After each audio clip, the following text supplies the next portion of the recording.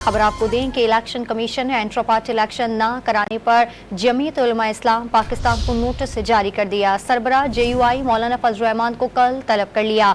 Update दे रहे हैं, अहम खबर है कि इंट्रा पार्टी इंतखाबात न कराने पर JUI को इलेक्शन कमीशन का नोटिस जारी। इलेक्शन कमीशन ने सरबराह JUI मौलाना फजल रहमान को कल तलब कर लिया। तफसील जानते हैं, रॉ न्यूज़ के नुमाइंदे इरफान सदुजई हमारे साथ मौजूद हैं। इरफान, आगाह कीजिएगा।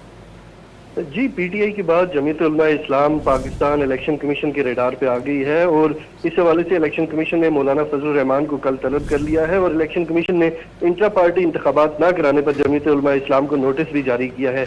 इलेक्शन कमीशन ने JUI को जो है इन्हें कल सुबह 10 बजे तलब किया है और ये केस की सरबराही निसार दुरानी करेंगे और 4 रुकनी बेंच होगा, जिसके मुताबिक अभी तक JUI ने अभी तक इंट्रा पार्टी इलेक्शन मुकम्मल नहीं की और ना ही जो सर्टिफिकेट है इलेक्शन कमीशन में जमा करवाया है। और आपको याद होगा कि इससे पहले इलेक्शन कमीशन ने इंतखाबात से पहले पाकिस्तान तहरीक इंसाफ को भी इंट्रा पार्टी इंतखाबात न करवाने पर जो इलेक्शन सिंबल है उससे महरूम कर दिया था। तो अभी इनके ऊपर भी यही एलिगेशन है कि इन्होंने इंट्रा पार्टी इंतखाबात मुकम्मल नहीं किए और इसी हवाले से केस की कल समाअत होगी और मौलाना फजल रहमान को नोटिस भी जारी कर दिया गया है। इरफान सदुजई हमें अपडेट करे थे, आपका बहुत शुक्रिया।